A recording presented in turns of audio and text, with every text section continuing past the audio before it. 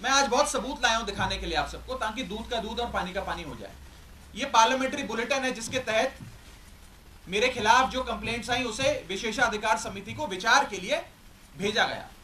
इस पूरी parliamentary bulletin में कहीं भी फर्जीवाड़ा, फोर्जरी, फोर्ज्ड साइन, सिग्नेचर, हस्ताक्षर, किसी भी शब्द का प्रयोग नहीं किया गया। सिर्फ इतना बोला गया कि इसकी जांच करके बताइए। अगर कोई फोर्जरी होती, कोई फर्जीवाड़ा होता, सिग्नेचर शब्द का प्रयोग तो कम से कम किया गया होता इस पार्लियामेंट्री बुलेटिन में। यह सरकारी दस्तावेज है राज्यसभा सेक्रेटेरिएट का, इसमें भी कहीं जिक्र नहीं किया गया।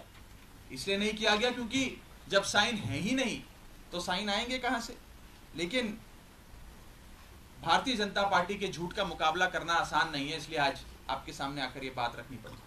और जहां तक विशेषाधिकार समिति का प्रोसीडिंग्स का मामला है, प्रिविलेज कमेटी का मामला है, इस देश के कई बड़े नेताओं के खिलाफ कमिटी ऑफ प्रिविलेजेस ने प्रोसीडिंग्स शुरू करी, कार्रवाइयां करी, जिसमें स्वर्गीय अटल बिहारी वाजपेयी जी हैं, जिसमें स्वर्गीय इंदिरा गांधी जी का नाम आता है, मनमोहन सिंह जी का नाम आता है, मोरारजी देसाई जी का नाम आता है, सुषमा स्वराज जी का नाम आता है, अरुण जेटली जी का नाम आता है।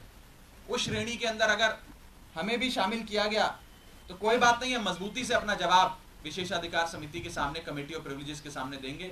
मैं शहीद आजम भगत सिंह की धरती से आता हूं और पूरी न्याय की लड़ाई लड़ूंगा, और मेरा विश्वास है कि कमेटी ऑफ प्रिविलेजेस अंत में दूध का दूध और पानी का पानी कर न्याय अवश्य करेगी। यह बात थी कि क्या हुआ। अब मैं आपको संक्षेप में यह बताना चाहता हूं, यह हुआ क्यों, यह विवाद कहां से खड़ा हुआ, यह क्यों इतनी अफवाह फैली। यह इसलिए फैली क्योंकि सोमवार दोपहर को सदन के अंदर आम आदमी पार्टी की ओर से मैंने पूरी मजबूती से दिल्ली के अध्यादेश पर अपना वक्तव्य दिया, और उसके ठीक 6 घंटे बाद मेरे खिलाफ बीजेपी ने यह आरोप लगाने शुरू कर दिए।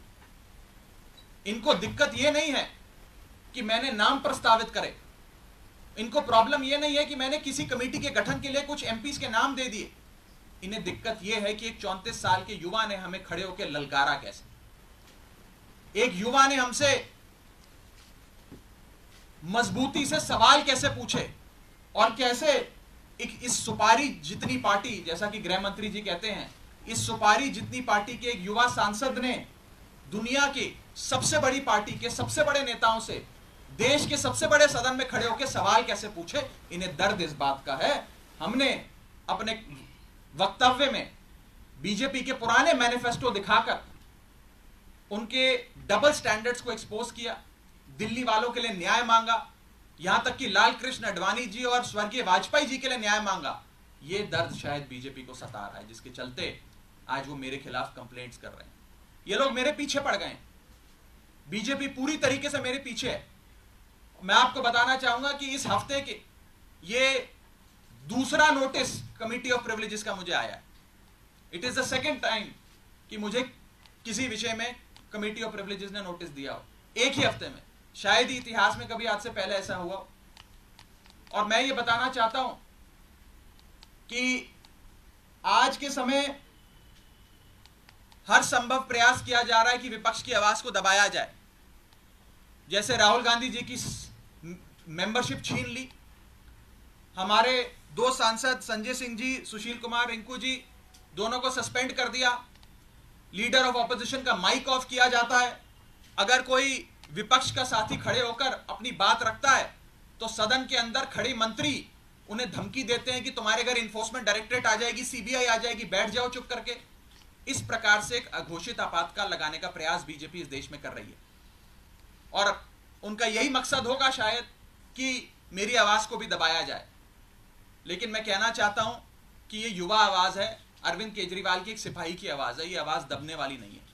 आप कार्रवाइयां मेरे खिलाफ जितनी मर्जी करिए, आरोप जितने मर्जी लगाइए, लेकिन ये आवाज ना दबेगी ना बंद होगी। और अंत में मैं हाथ जोड़कर बस इतनी विनती करना चाहूंगा आप सब मीडिया के साथियों से कि ये जो आप लगातार पिछले 3 दिन से बीजेपी के झांसे में आकर ये चला रहे हैं कि कोई फर्जीवाड़ा हो गया, फोर्ज सिग्नेचर हैं, मेरा आपसे हाथ जोड़कर निवेदन है कि इस प्रकार की झूठी खबरें ना चलाएं। मैं आपसे कहना चाहूंगा कि आप सच दिखाएं। आप लोग इस लोकतंत्र के चौथे स्तंभ हैं, कृपया कर कर बीजेपी के प्रोपेगेंडा में ना फंसें।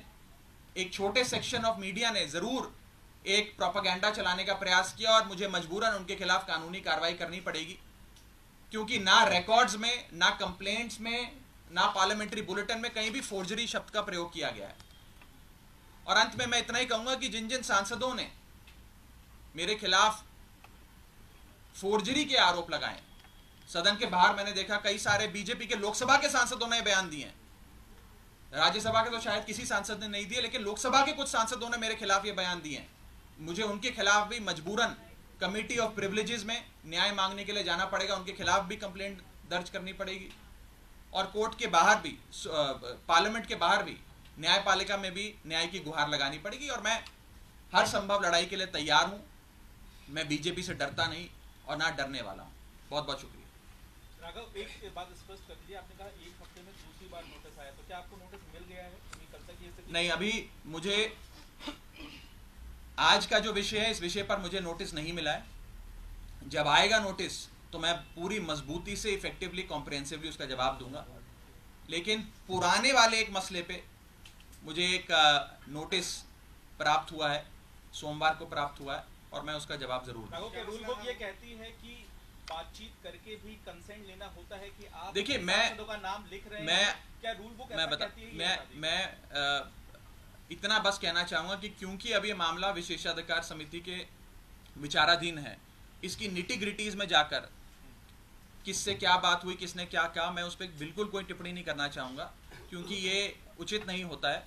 मैंने अपनी बात रखनी थी, आज मुझे मजबूरन, क्योंकि मेरी छवि खराब करने के लिए, एज अ पार्लियामेंटेरियन, मेरी गुडविल, मेरी क्रेडिबिलिटी खराब करने के लिए एक प्रोपेगेंडा जो बीजेपी ने चलाया है, उसका जवाब देने के लिए आज मुझे सामने आना पड़ा, ताकि दूध का दूध और पानी का पानी हो जाए। और मैं खुली चुनौती देता हूं।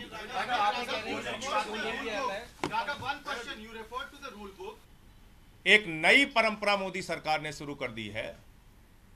जो सरकार के खिलाफ बोले उसकी सदस्यता खत्म करो, उसको निलंबित करो, उसको बाहर करो, उस पे एफआईआर करो। तो सीधे सीधे तानाशाही घोषित कर दो। क्यों लोकतंत्र का ड्रामा पीट रहे हो? और दुनिया की सबसे बड़ी अफवाह कंपनी भारतीय जनता पार्टी के गृह मंत्री ने कितना बड़ा झूठ बोला, और जिस झूठ के चक्कर में, माफ कीजिएगा, आप लोग भी कई बार फंस जाते हैं। क्या कह रहे हैं देश के गृह मंत्री देश के सदन में? फर्जीवाड़ा हो गया, सिग्नेचर गलत हो गया, सिग्नेचर कहां से आया, सिग्नेचर किसने कराया। अरे भैया, देश के तुम दूसरे नंबर के मंत्री हो, इतना सामान्य ज्ञान तो सदन की कार्रवाई के बारे में रखो। सेलेक्ट कमेटी में किसी भी सदस्य के द्वारा किसी भी सदस्य का नाम प्रस्तावित किया जा सकता है, उसके किसी सिग्नेचर की जरूरत नहीं होती। कहां से कानून लेके आए गृह मंत्री जी आप?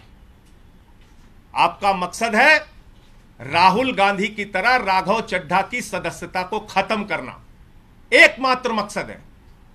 जैसे राहुल गांधी की सदस्यता आपने खत्म करी, ऐसे राघव चड्ढा की सदस्यता आप खत्म करना चाहते हैं। लेकिन हम लोग अरविंद केजरीवाल के सिपाही हैं, हम लोग आम आदमी पार्टी के सिपाही हैं। हर हाल में तुमसे लड़ना जानते हैं, जीतना जानते हैं, और हम लड़ेंगे। और किसी तरीके से अगर आपने हथकंडे अपनाकर राघव चड्ढा की सदस्यता खत्म की तो दोबारा चुन के आ जाएंगे। तो इसलिए झूठ और अफवाह मत फैलाइए। कोई भी सदस्य किसी का भी नाम प्रस्तावित कर सकता है।